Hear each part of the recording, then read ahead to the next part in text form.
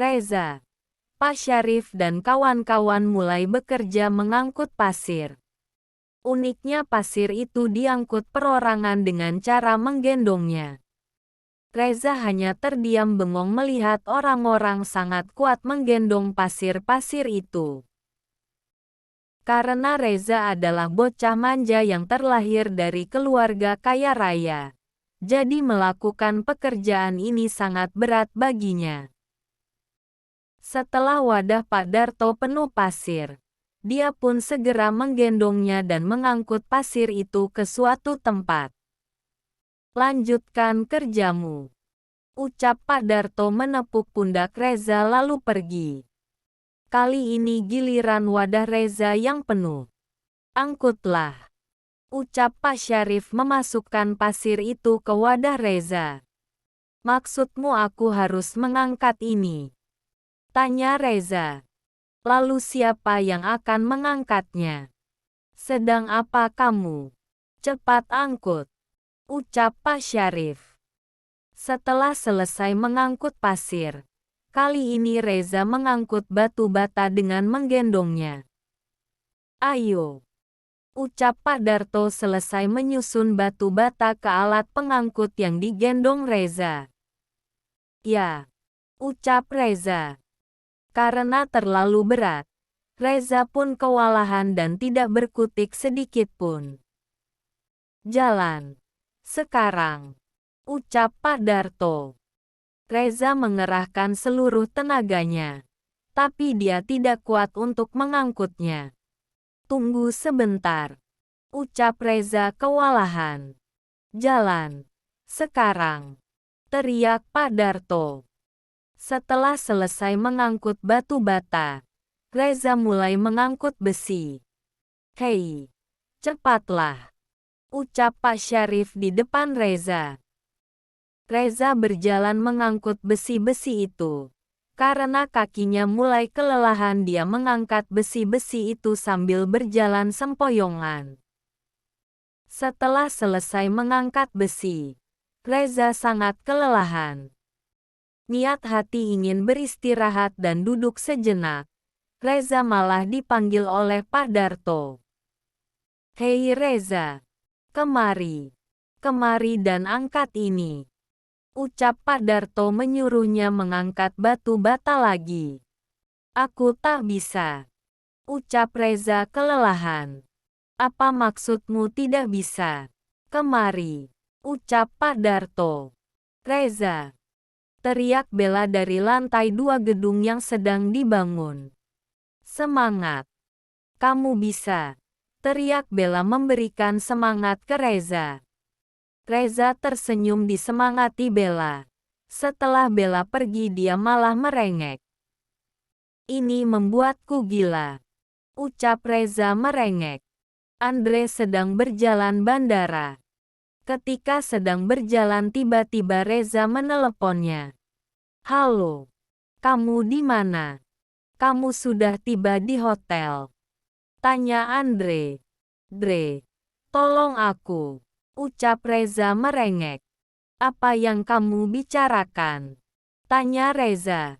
"Ini seperti alam baka. Aku tadinya mengikuti Bella, dan kini aku bekerja paruh waktu," ucap Reza. "Hah? Kamu mengikuti siapa? Hei, kenapa kamu mengikuti Bella?" tanya Andre merasa jengkel.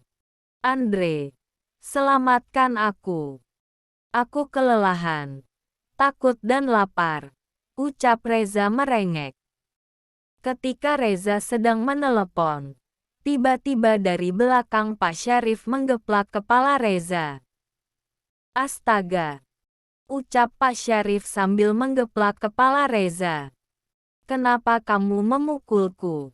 ucap Reza. "Dasar bodoh.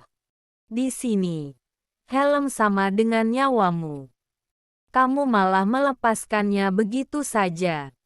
Kenakan sekarang," ucap Pak Syarif kemudian menggeplak kepala Reza yang tidak memakai helm pelindung. "Kenapa kamu melakukan ini padaku?" ucap Reza merasa kesal kepalanya digeplak. Kamu tidak tahu alasannya. Aku mencoba menjagamu karena kamu temannya Bella. Kamu selalu saja bermalas-malasan, ucap Pak Syarif. Di mana Bella? Tanya Reza. Di mana lagi?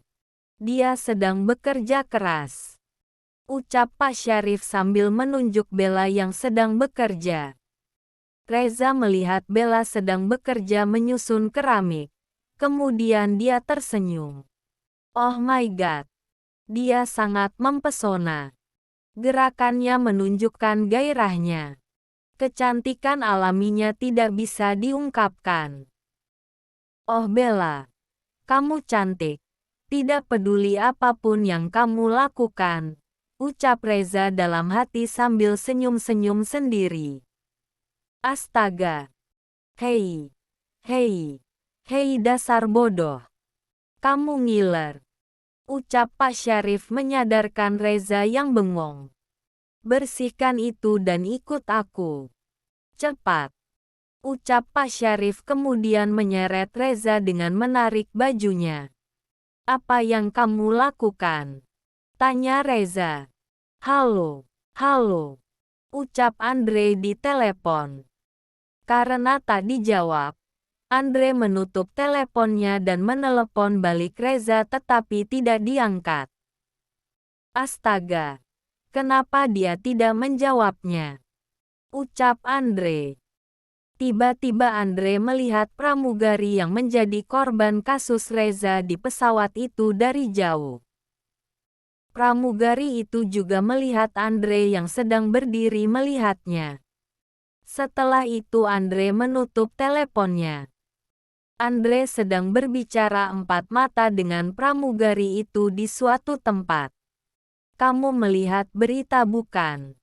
Aku kemari karena videonya bocor, ucap Andre. Kamu mencurigai aku pelakunya.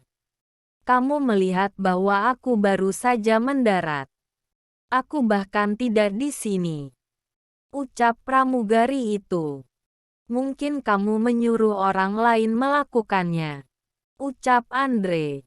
Hah, tidak ku percaya. Ini kelewatan. Aku korban. Ini kesalahan manajemenmu. Lalu kamu kemari dan mengancam Kotban, ucap pramugari itu. Menemuimu adalah bagian dari manajemen. Kuharap kamu mengerti, ucap Andre. Aku berusaha keras untuk melupakannya, ucap pramugari itu sedikit marah. Jika terus menemuiku dan mengingatkanku begini, aku bisa membatalkan kesepakatan itu kapanpun. Mulai sekarang, kuharap kita tidak bertemu lagi, ucap pramugari itu kemudian pergi. Pers mungkin akan menghubungimu, teriak Andre. Pramugari itu berhenti dan berbalik ke Andre. Kemudian Andre menghampirinya. Jangan pernah menanggapi jika mereka ingin mewawancaraimu. Dan rahasiakan ini dari rekan serta kenalanmu. Jika melanggar kontrak, aku juga bisa membatalkan kesepakatannya. Sampai jumpa, ucap Andre lalu pergi meninggalkan pramugari itu. Jam pulang pun tiba. Di saat orang-orang bergegas pulang, Reza malah terdiam. Kemudian Pak Darto berjalan pulang dan melihat Reza sedang berdiri di depannya seperti patung lalu Pak Darto menepuk pundaknya dari belakang. Kerjamu bagus, ucap Pak Darto menepuk pundak Reza dan pergi. Dari arah belakang datang Bu Susan sedang berjalan.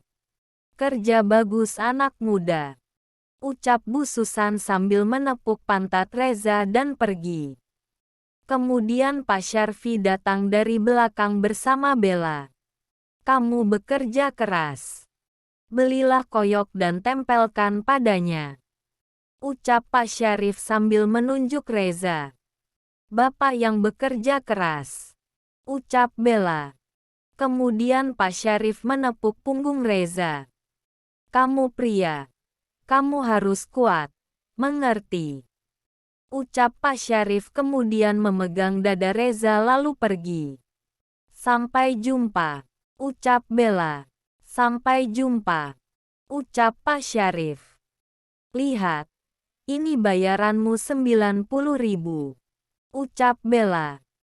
Akan kukurangi 10.000 untuk makan siangmu dan 20.000 untuk sekop yang kamu rusak tadi. Aku akan memberi diskon untuk mie karena kamu sudah bekerja keras. Untuk sarapan dan makan siang besok 15.000. Aku akan mengambil 20.000 lagi. Kerja bagus hari ini. Ucap Bella sambil memotong jatah Reza kemudian memberikan sisa uangnya ke Reza lalu pergi. Ini 40.000. Untuk mendapatkan uang ini. Ucap Reza. Malam pun tiba. Reza dan Bella sedang berjalan untuk pulang. Bukankah kamu harus menghubungi ayahmu? Dia pasti merasa bersalah setelah memukulimu seperti ini. Ucap Bella. Sudah ku bilang. Dia akan lebih senang jika tidak mendengar kabar dariku, ucap Reza. Entah apa yang terjadi di antara kalian. Tapi bersikap baiklah kepada ayahmu selagi dia masih hidup. Akan terlambat jika kamu menyadarinya setelah dia meninggal. Ucap Bella. Ayahmu orang yang seperti apa? Tanya Reza. Ayahku. Ucap Bella kemudian sedikit tertawa. Dia biasa saja. Dia baik, ramah, berhati hangat dan sedikit pemalu. Ibuku tidak begitu senang dengannya. Tapi dia ayah terbaik bagiku. Kini setelah kupikirkan. Dia pasti sering tersakiti karena terlalu baik. Jadi aku. Ucap Bella. Berhenti. Teriak Reza. Apa? Tanya Bella.